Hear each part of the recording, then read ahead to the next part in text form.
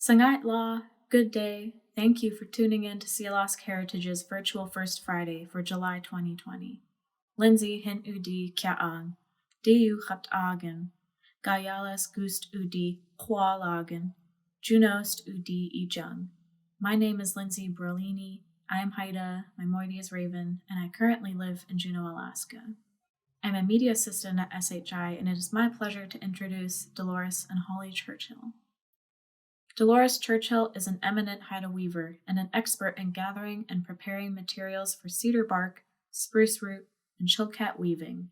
She learned much of the art form from her mother, Selena Paratovich.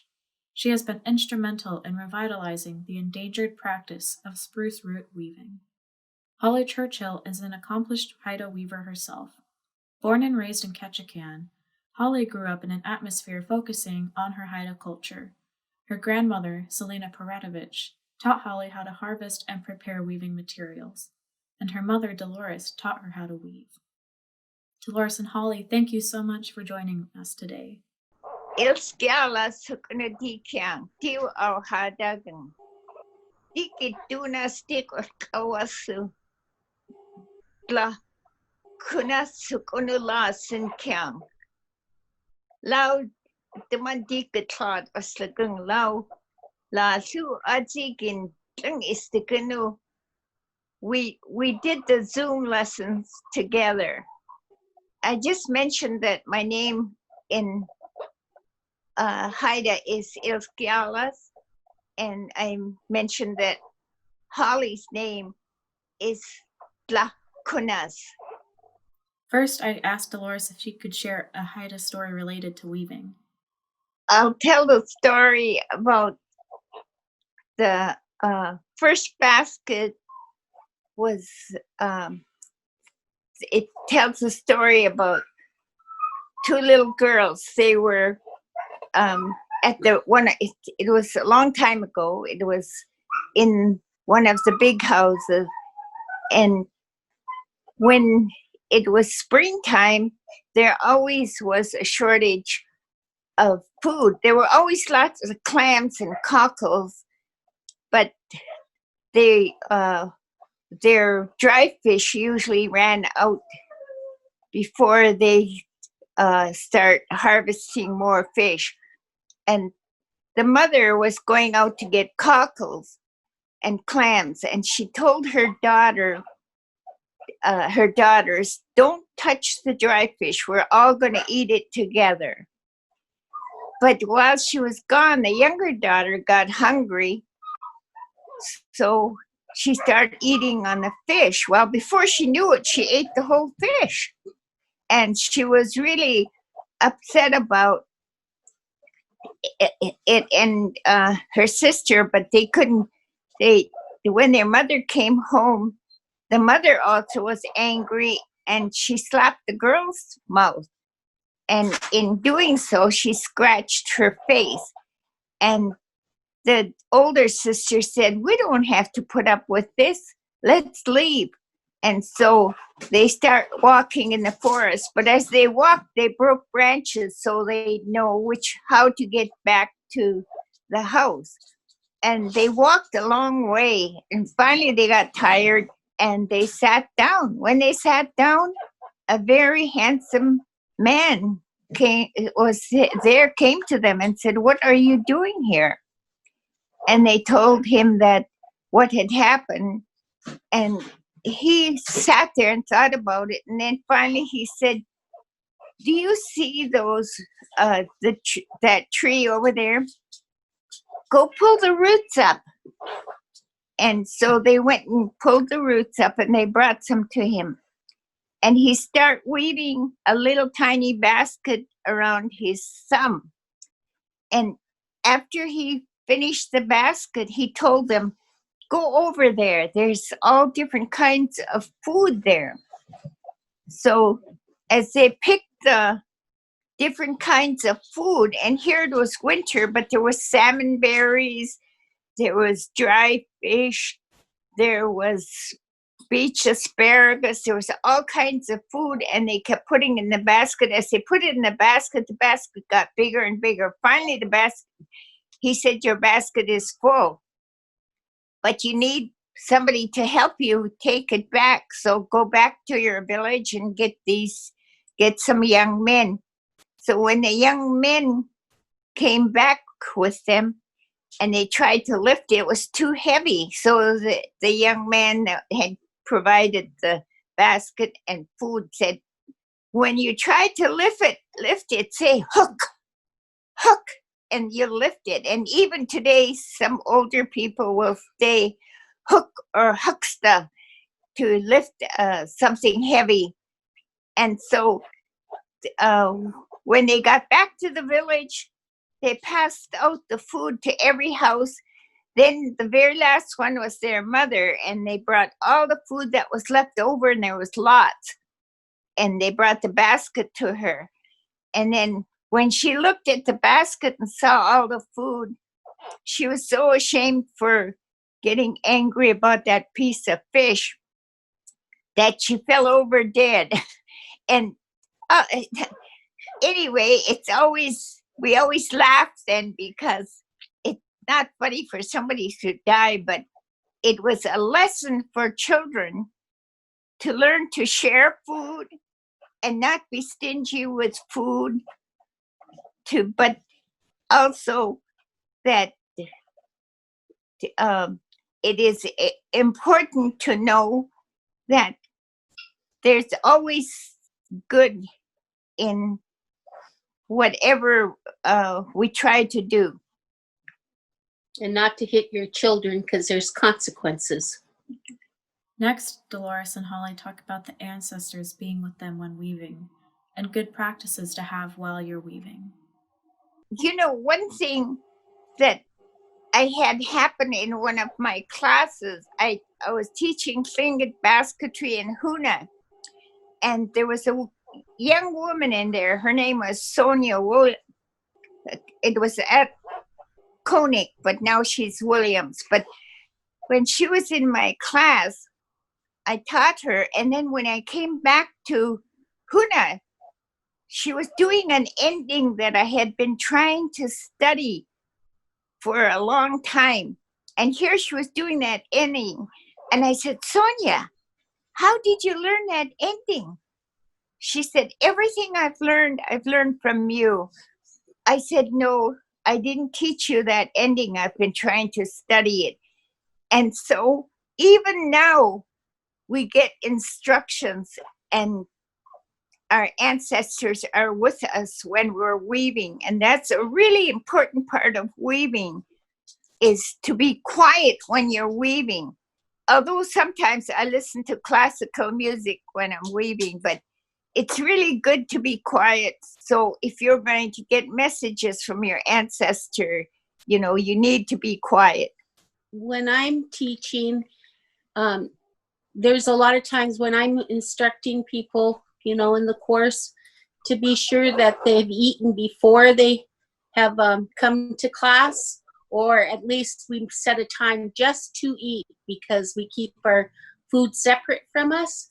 But it's two reasons. One is to keep your area clean of food, but first and mostly is that when you eat, you're most human. And so you want to have spiritual interaction, or even draw from your own spiritual existence within, like the goodness of yourself. You want to free yourself from being most human. So with not eating, you're more spiritual. And so that's another reason why you want to keep your food away from you, and, you know, only eat what is necessary while you're weaving, so that your energy level is, but it keeps you spiritual when you're without food. One thing that I learned in Holly's class the first time that I took it was that you needed to stop in a good place, and I wanted her to elaborate on why. You want to stop and start at the beginning. So you don't want to end or get up and leave your basket unattended or your hat unattended without knowing where exactly you stopped, because it's thought that if you don't complete your project to the very beginning of where you need to end, you could go crazy. so we believed in completion, and not to multitask. Like today you see people thinking they can get some writing done at the same time that they can weave, and we even instruct people, because that's how our courses are laid out for us. But if we were doing an apprenticeship, like Mom and I are a living apprenticeship, it isn't called that. She's my mentor, and she taught me everything I know. Like it's an inside joke here. Okay, so anyway, so you want to reflect, like on your first basket. We request people to keep your first basket. And other cultures, they gift their first basket away, or first weaving.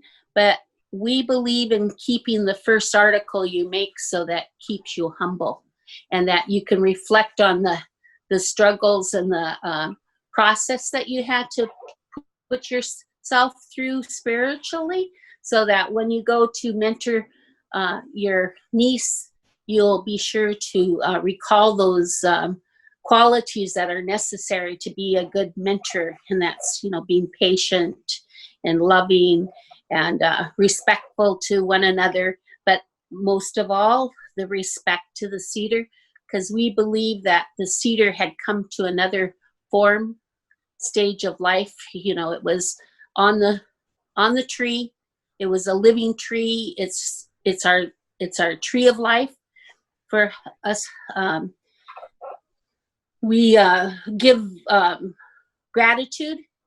When we go out into the forest and search for that grove that we're going to harvest, we try to keep ourselves quiet and focused in the moment, like we're living in the now. And so when we're in the forest, we sit there and we usually, do a good scan of the groves in the mountain. We don't take the first tree.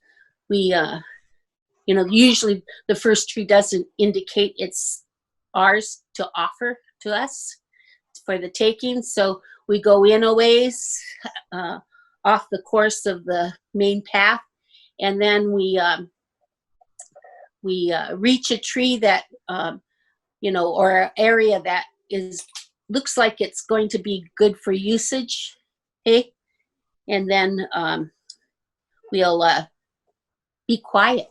We'll listen to what is around us. A blue jay will tell us if there's a bear or any predators that are around.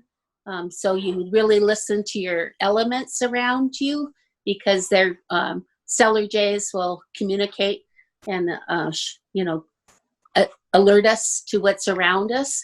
And so we need that, but also we need our guide.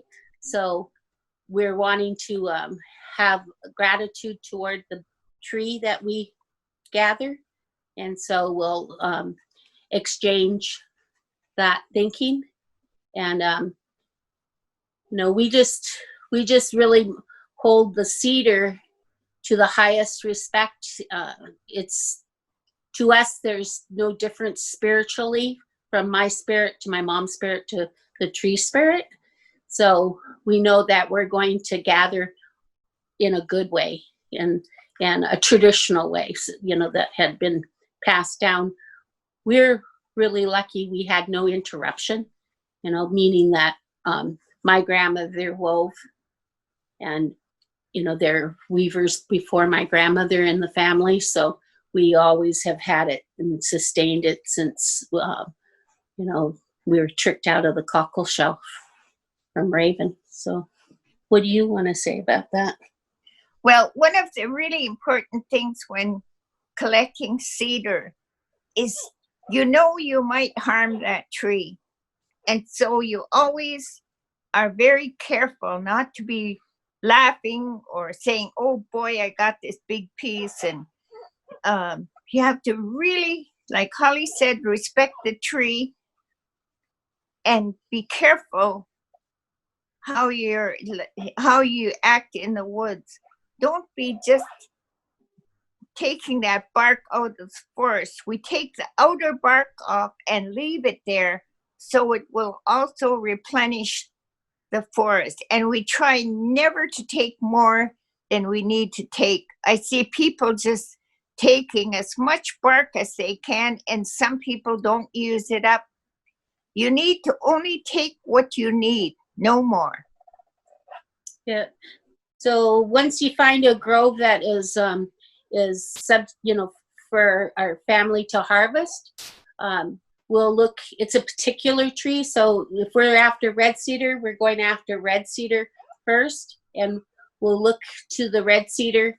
We'll find a red cedar, and it's hard to describe, if you're not familiar with your colors of forest evergreens and the shaliness. So that's one of the things that we had to pass out in Zoom, because if we were in the classroom, we would have brought a example.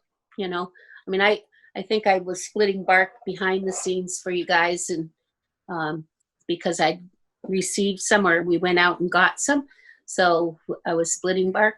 But everything has to be in its time. So if you're harvesting cedar, that's what you're doing. You're going out, you're putting 4 hours out into the forest.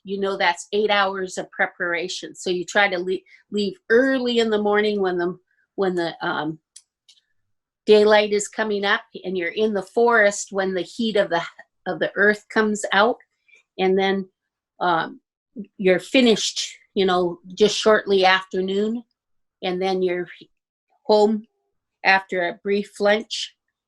Sometimes we just do it in a field, where we're all having a picnic and just stay in the location and be splitting. So everybody has its job. We have our grandchildren that scamper up the hill to where the great niece will be pulling the bark off the tree.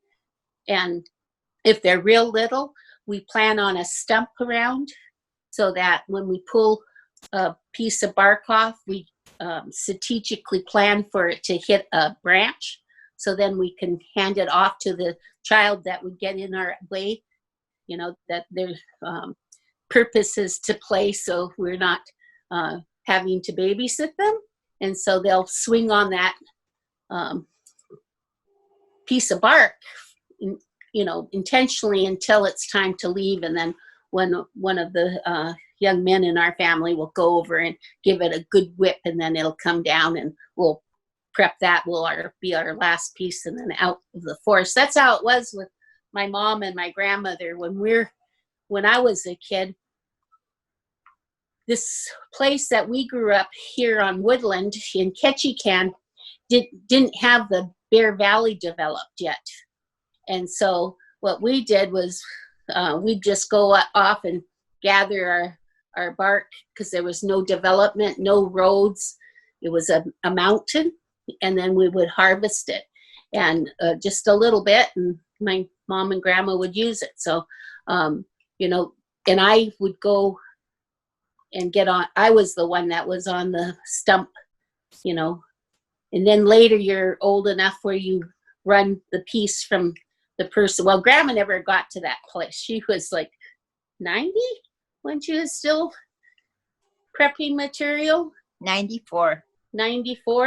So she would still be in the forest. She didn't want anybody else to touch her roots or her bark unless it was mom. She was very particular about that, and I found that I am too. I will get a gift on occasion, but usually I'm real reluctant on taking somebody's that says I got bark for you, that it was last year or something, unless I taught them, because generally you'll find that it's inferior bark from what we're going to use. And so we're real picky when it comes to that. relationship with the tree. It's like our extension of us, I asked Delores and Holly what advice they'd give to somebody who is just starting to learn basketry, and if starting with spruce root is different from starting with cedar bark. For me, I would have, if the person that came up to me was Haida, I would encourage him to learn on roots first, because roots take a real long time. It takes a real long time to learn to prep it, and takes a long time. Unless your family already had shown you where it's good and that they've worked the land, it's real hard to find a place, in some areas. When Mom was a kid, where they went and got roots, there was no salal, there was no trees there. And off on north, it was trees and moss. Trees and moss, and so salal has been a new introduction with the climate change. Well, I learned with red and yellow first, and I really liked it. When I learned with spruce root, it was very difficult because you don't just pulled off the tree and put it through a stripper. You need to learn to split it. It's much harder learning how to weave with spruce roots. It's very different from yellow cedar. So I always encourage people really to start with red and yellow, because that way they don't get discouraged. If they start out with spruce roots, many of them don't continue. So it's important to keep the art going, and to keep the art going, we need people who are anxious to do it. I think because I'm Haida, and because I did learn cedar first, but because I teach a lot of spruce root, and I feel the opposite. I feel that because if you go onto the land, first of all, it's really hard to find a good grove. And then once you find a grove, you don't want to really share that location, because people will keep on going back and will rip the terrain off. What my non used to do is she used to go and get roots one time in one area, and then she'd go do another area, then she'd go back to that area, because it's a feeder root. In 5 years. Yeah, it's a feeder root that shoots off and is parallel to the earth. And so when you're looking for an old growth forest, or you're looking for a beach that has dunes, there's two different locations of harvesting of preference, maybe. And I'll just say from my perspective of learning spruce root, because I learned spruce root second, I'm not as patient to do my roots. And with roots, you have to do it in a time period, and it has to be done and separated from location to location, and you have to grade it. But it's not just as simple as going and digging up roots and then coiling it up and bringing home and then bringing it to a basket. You go and gather roots, in the terrain, you're on all fours, so preferably a number of your family members are on it, or classroom, and you're going after. And I recommend to make a deal with another person for a certain size root, so that that other person also knows that it's going to get me that size root, and I'm going to get the size root that she wants. That way I will end up with enough roots. Sometimes you have to go maybe 5-10 times before you get enough roots for your one basket. If you're doing it singly, it's a matter of building a relationship with other people that you can trust that will share their roots. People get real stingy. I never share my roots. I never trade with anyone. I only get what I need, and never trade, because nobody splits it the same way as I do. Yeah, and so that's where we different.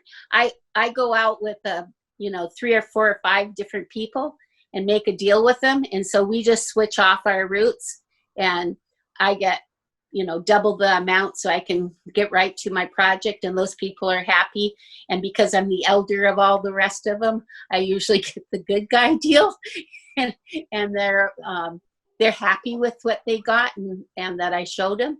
So, but you go and get roots, and then that's just the start, finding the location. Then you coil it up a certain way. You build a bonfire that has a real heavy bed of coals. You put your root in a figure-8 coil into the hottest point of that fire, and you wait to hear a sizzle. And with a green alder, you pull it out, and then you bring it to a plank with a V-cut with a wedge. So it's like this, that you're pulling the root through your finger that is a double V, or it's a board. It's like this, we're making believe. You pull that root through, and the outer bark will fall away from the white inner root after it has hit the fire. Then you have a wet cloth with rainwater, and you wipe that root down, and then you have somebody else splitting it. So you've got 3 or 4 people working that fire with your roots, and you share that time. So you have people that know how to cook it, people that know how to split it, people that know how to coil it properly. And so then that gets done. That you want to do all of that while the root is still hot, and the splitting of it makes it easier if it's still warm. So we probably took more on that question that was necessary, but it environmentally has changed. So we have to go different places. We have to, the earth is not as turned as much as it should be. And so we have other things growing in the areas that once was just a moss terrain or a sandy terrain. We have, like salalberry roots or alder roots growing within the same area, which makes it very hard to get the preferred roots. Delores is currently mentoring Tlingit spruce root weavers in Sealaska Heritage's Spruce Root Mentorship Program in order to revitalize the endangered art form. So I asked her how she started her work on revitalizing spruce root weaving. When I started weaving, because I was 40, I used to be a bookkeeper at Ketchikan General Hospital. But I was reading I used to do the letters for my mother because she was a weaver. She was pretty famous, and collectors sent for her baskets and hats. And this one collector ordered a hat, and when he got it, he was so happy he got it. He sent me a letter and a basket. And when he sent the basket, it was a Siletz basket. He had bought it from Ida Benzel, and he said that she was the last Siletz weaver, that nobody else was weaving in their technique. And that when she died, the art of Siletz basketry would die with her. So he really felt bad about it. So he sent me that basket, which was one of Ida Benzel's baskets. When I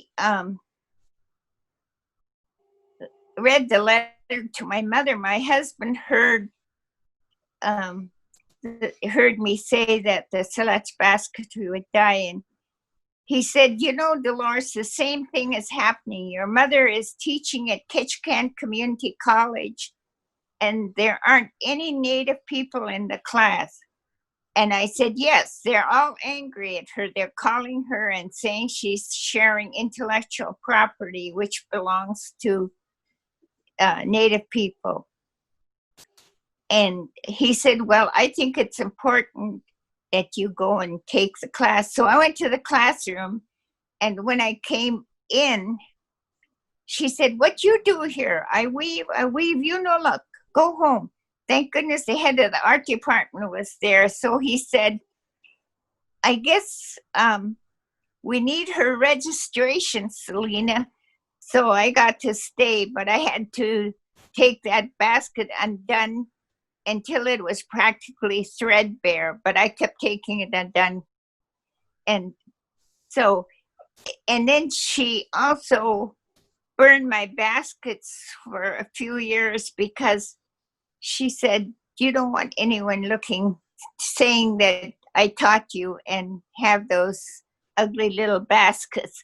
So she did. And one time after a few years, I went over to her house and showed her this basket. And I didn't know my husband had walked in behind me. And he said to my mother, I want that basket. And so she said, okay. So then from then on, she let me weave baskets that weren't burnt. But I was at the British Museum quite a few years later, and I saw a basket by one of my relatives that's a world famous weaver now. And there was her lumpy bumpy basket. I was so happy. My lumpy bumpy basket was in my room at my house. So I really was happy that she had burned my baskets. But you know that the good thing, the reason I didn't feel bad was my husband always admired every basket I made. So it wasn't like I wasn't getting compliments for the baskets that were being burned. So it made me keep doing it. And basketry's addictive. It's like when you learn to weave, that's all you want to do. You keep thinking about the pattern you want to put in and how you want to make it look. And I know I had a grandson, and he started weaving. And one time he and I went out to a shop to sell his baskets, and the woman was busy, and then he kept taking baskets away from, he had like 10 baskets and he was taking them back. I said, what are you doing? He said, it took me so long to do that one, I don't want to sell it. And so he put it back.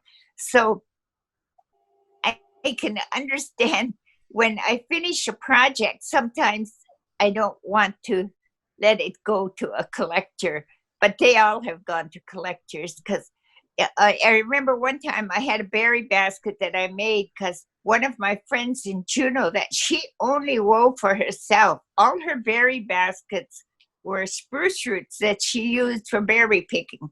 So I thought, I'm going to make one for that. I made it. I took it out, and I was going to put a blueberry in it. And I looked at the blueberry. It had already colored my finger. And I thought, somebody's going to pay me $500 for my basket. I'm not putting a berry in there. So I never ever have used one of my baskets for berry picking. And I'm opposite than her. When I weave a basket, I like to like I did a root basket, and I steamed beach asparagus in it, with a bent wood box, and showed kids in culture camps how we would have got seaweed and gathered it in a seaweed basket. And so but then I'm lucky I have children that actually a daughter who really admires my work, and I guess they all do, but she's the one that gets voices and so she ends up with it, or I end up giving it to her, and then I get broke and I have to sell it. So, and that's sad. And then I promise a replacement, and she usually gets a bigger basket than the one that I gave to her that had to pay the lights. So it's hard. It's hard to spend so much time with a piece of a basket part of you, and then know that you have to sell it to keep the lights on or something. So, but I prefer it than to be told what to do by having remarried. So I'm happy.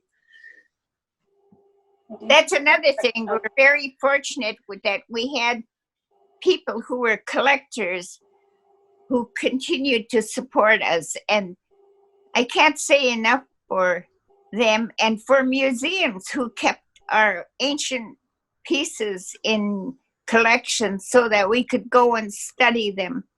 I would never have learned all of those endings unless I had studied those old baskets. All those, when Emmons was writing his book, he had 12 different endings, and that was in the early 1920s. By 1944, when Mrs. Sobolov wrote, not Sobolov, what was her name? Huh. I can't think of her name, but when she wrote her book in 1944, there were only 7 endings. So it was interesting, from 12 to 7 endings lost in those years from the 1920s to 1944. And then when I start weaving, the weavers were only doing 2 different endings. One going in, one going out, was only 2 weavers. So I learned how to do these 22 endings, which I now teach in different classes. I recently took an online basketry course with Delores and Holly through Zoom. I've taken in-person classes with Holly in the past, and learning online was quite the change. I wanted to see what Delores and Holly's perspective was on teaching online versus in person, and what sort of challenges they had along the way. Holly was really good at teaching those classes, and I think though that I really enjoyed telling the stories that I knew, because I knew that it would help kind of cut down on your having to listen to instructions. So I don't know if that helped or if that was a hindrance. Doing a Zoom class, there should be a pre-Zoom class, or because we have a Southeast college here, to have a technical person come in and set up our cameras so that I know the circumference of where my hands could be to do the videoing of it, because we had bought new tools that we never had worked with before, and then Zoom is a new tool. So Gloria could help me somewhat with the station of it, but I weave funny than how a camera would work on me. Then that's one of the things that we had problems with, because in classrooms it's such a hands-on, like I could have corrected more projects with the being in classroom. I'm right there and I could show them fingering that would have helped them with the better tension, and I could have made them take more rows out, so when they hit a bad spot I would have been seeing it, right on it, seeing it, because with the computers they didn't allow the students to be behind them, so I could see how they were handling their material. And that was the most difficult thing I felt for myself as an instructor, because when I'm teaching, I usually show them alongside. Well, you've taken it with me before.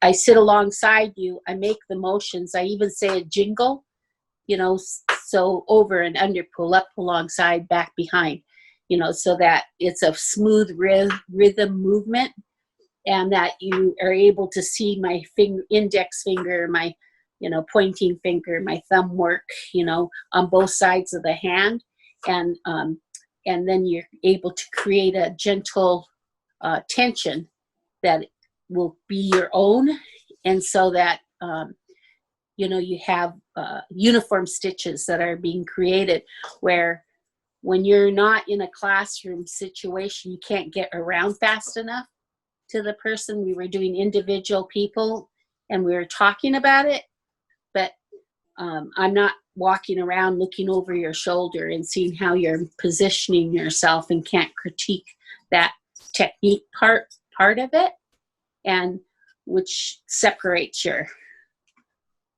Hey, Mom, what else? Well, I think one of the good things was that it was interesting to see how each one approached the instructions and how some people had to have Holly make directions on her and email it. I thought that was really good because that way they had their email and could study it from the email, where in a classroom you've got all the students and everybody's just hearing you instruct.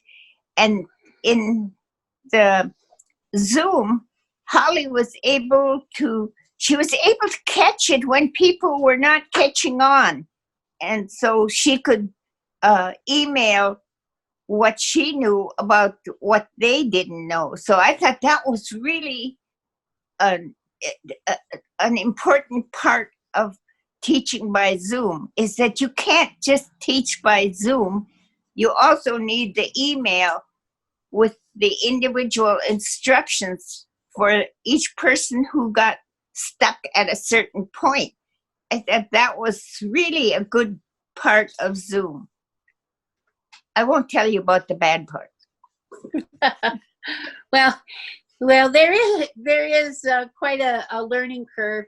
We're lucky to have my daughter Gloria, but that would have been corrected if there was a technical person to have taught us. But I think it was good for the classroom because they had 4 generations. You know, my niece and her child, Nina, who gave the aspect of, you know, cleansing the air.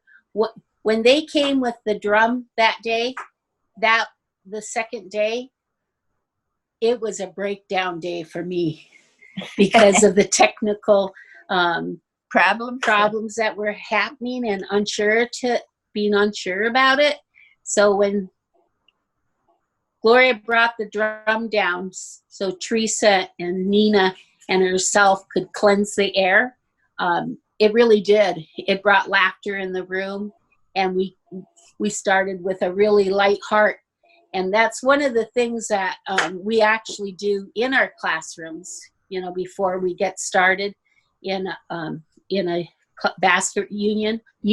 We talk about that, but you know, you guys got to see that throughout the 2 weeks or 50 hours. But it was 50 hours for you guys, but it was 75 hours for me.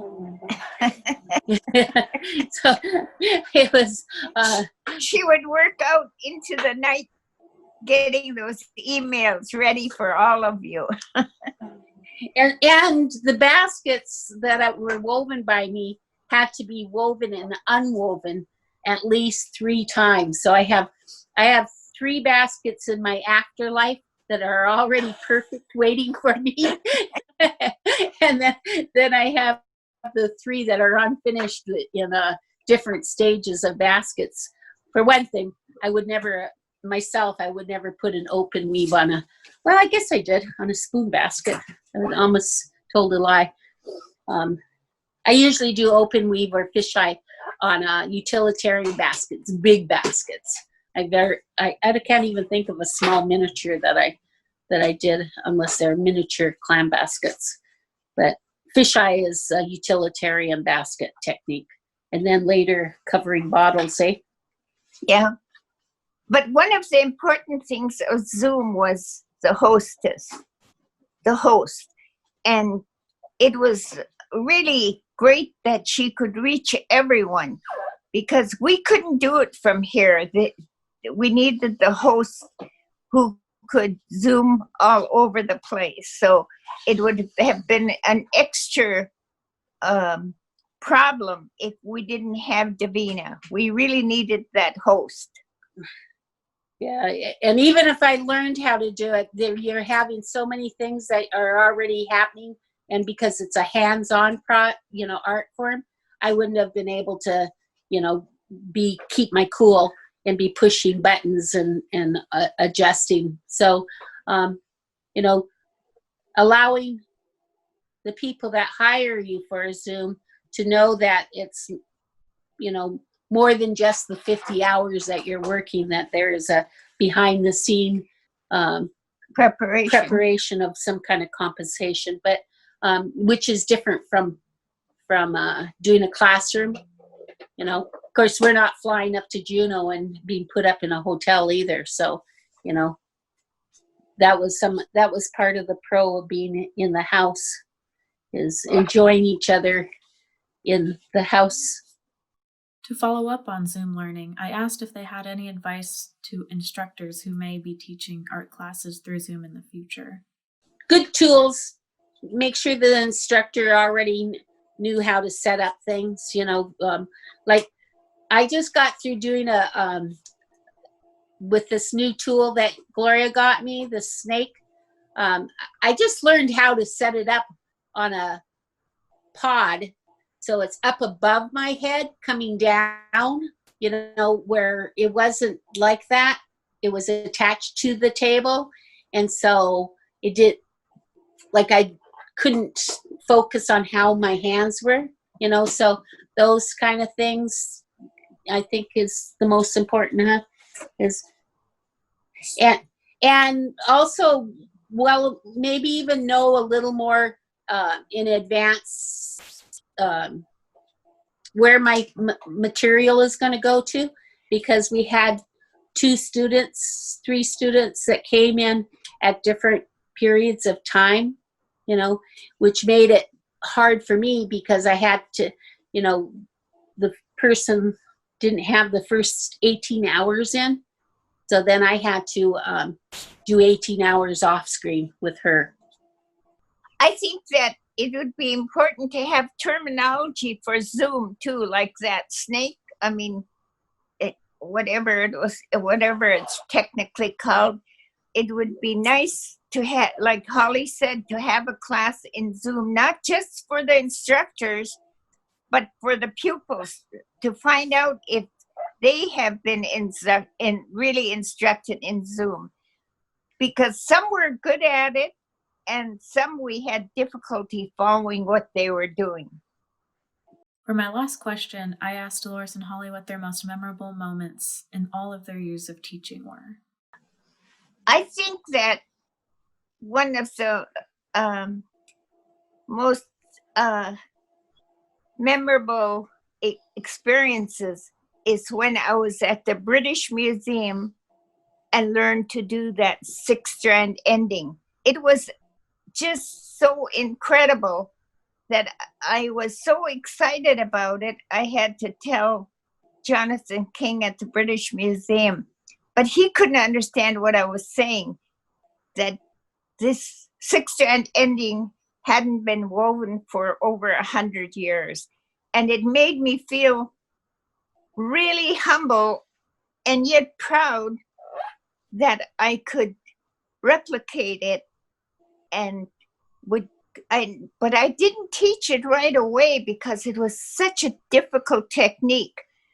When they found the Longo man's hat in the Tuscanini Glacier, and the hat blew up in the air, and I studied that hat and saw that 6-strand ending, I thought, my ancestors are telling me I better get it back. I better teach it to people again. So I am teaching it again, and Holly's good at it. She knows how to do it. So it's really, I think to me that was the most important thing that I learned and could teach. Okay, Holly. I think mine is drawing in from my grandmother and my mom, is the lessons that they taught me on, it's universal. Weaving is universal. So although I'm Haida in German and English, I have this feeling in my heart, just like my Nani said, I teach, teach, when other people were criticizing her on who was taking the class because it was university. You don't have discrimination. You can't just say only Haidas can be in this class, or only Clinkets can be in this class, or only, so when it's a course being the university, you have all these different cultures coming together. And because I get such joy of communicating with people and sharing my knowledge, it allows them to appreciate and respect the Haida culture or the weaving culture, because it's more than just a Haida culture anymore. It's about the weaving and less about you and the culture, although culture is so important, and what do you call it? Intellectual knowledge is very important conversation, but also basketry is uniting. So basketry was in everybody's background. And so when you get people together, or even especially little children, and that's where I love to work with little children, is that you get a whole diverse group of people. You don't know their backgrounds in an elementary school, and they come, and their excitement of just learning and having the opportunity to do weaving. Some of them have seen dance groups, especially in Ketchikan. You see people doing dance groups, and children see them, that they see the hats being worn, and they connect themselves. And you see non-natives connect themselves, that they start early enough learning a song, learning the traditional, what do you call it, traditional knowledge or traditional respect. And they learn that in classrooms that we offer in our schools, our Native corporations. And it allows them to mix with each other and find themselves to enjoy one another. And then with the adults, I like diverse classrooms so that I can encourage a non-native to go ahead and look up their background, and then they can utilize material that might be available here and still incorporate it into another technique that they, because they've researched their background. And so basketry grows, universally. So that's weird. Anyway. I have to tell you about someone that Holly taught. Holly taught this one woman to weave, but she didn't do it in Haida culture. She actually did fish skins. She got really famous for her fish skin weaving, but she first took a weaving class from Holly, but she went in another direction, and she became famous for her fish baskets. She's dead now, but she was someone that Holly taught first before she went into. But Holly encouraged her to do what she thought was interesting and exciting. So that's nice when somebody takes our technique and goes out, because we can't, because we're traditional. But it's exciting to see other people go in other directions. She's had some weavers who are really very famous for their weaving locally, because they've taken so many of her classes that they win awards in basketry exhibits. Oh, thank you, Mom. I never heard that before. Lastly, Delores and Holly talk about the impacts of climate change and global warming on the harvesting and just basketry in general. I think we should talk a little bit, though, about how global warming is changing our weaving, because we're not able to predict when we're going to get bark from a tree like we used to. And so it's making it really difficult. We used to be able to know that we could get our bark in May and June. We could get our grass at the last week in June or the first week in July, or our maidenhair fern. Now we don't know. We have to keep going out and testing the grass and maidenhair fern. to make sure that we can get some that we could use in our weaving. And and it's the same way back. We started noticing really back when my grandmother was weaving. One time, Mom and Nani went to London, England, and they went harvesting the week before they took off. And No, it was April.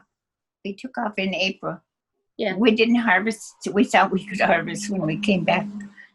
Yeah. So I didn't say what month. Anyway, so they went and harvested before they went to, and they went, and when they came back, the season was over. There was no bark to be removed off of the trees, and that was a shock to my grandmother. That's when we started really paying attention to what was available, what was growing on the ground at the time of harvest, what stage a berry would be at, when it would be. But now that you can't even tell that. So climate change has really changed a lot for our gathering. And then it also, people aren't in our families, so they don't hear our conversations about whether it's time. But when I look at a picture and I see somebody having harvest, and I look all the way down to where they made the initial cut for the tree, I could see that it's still woody because of the way that it chopped and the way that it got stringy on its edge. The bark will separate itself or stick to the tree. All of those things will indicate whether I want to get that bark at that time or not. So I'm happy for internet and posting, because I'm always like going, okay. And it makes it easier for when I instruct to get my material. Yeah. All right. Bye. Jaho'a. Thank you so much, Delores and Holly, for being with us for Virtual First Friday in July 2020. It was a pleasure interviewing you. I always enjoy time with you both, and I can't wait for the next basketry class, whether it's online or in person.